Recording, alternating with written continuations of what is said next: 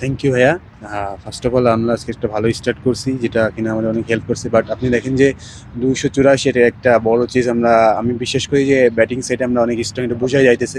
আর Javad আর রিফাত যেভাবে খেলছে আজকে খুবই ভালো। বোলিং সাইডে আরেকটু আমার কাছে মনে হয় আমার নিজের দিক থেকেও বা যারা ছিল বলার সাইডটা একটু আরও ইমপ্রুভ করতে হবে, কারণ সামনের ম্যাচগুলো আপনি যদি দেখেন বড় টিমের সাথে জিততে গেলে তাদেরকে একটু ছাড় দেওয়া যাবে না। সো এইসব দিকে আমি খেয়াল রাখতে পারি, ইনশাল্লাহ আলহামদুলিল্লাহ আমরা ভালো করতেছি। আসলে দেখেন যে আমরা খেলি শুধুমাত্র বাংলাদেশ টিমকেও জিতানোর জন্য। হয়তোবা এখানে 100 মিস গেছে বা 50 মিস গেছে, বাট ওইটা থিঙ্কিং না, আমাদের থিঙ্কিংই ম্যাচ জিতানো। সো এই যে আপনার দেখেন যে ছোট একটা অলিনো পার্টনারশিপ দিছে জীবন বা লাস্টের জায়গায় একটা রিজান। সো এই যে টিমের জন্য একটা অনেক বড় ফেল হয়েছে, মানে হেল্প হয়েছে, এটা আমাদের খুবই জরুরি।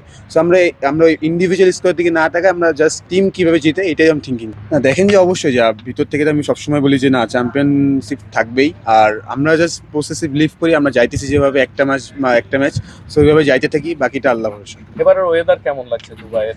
কেমন শুট করছে? আগের বারের থেকে একটু আমার কাছে মনে হয়েছে গরম কম, বাট ঠিক আছে আলহামদুলিল্লাহ।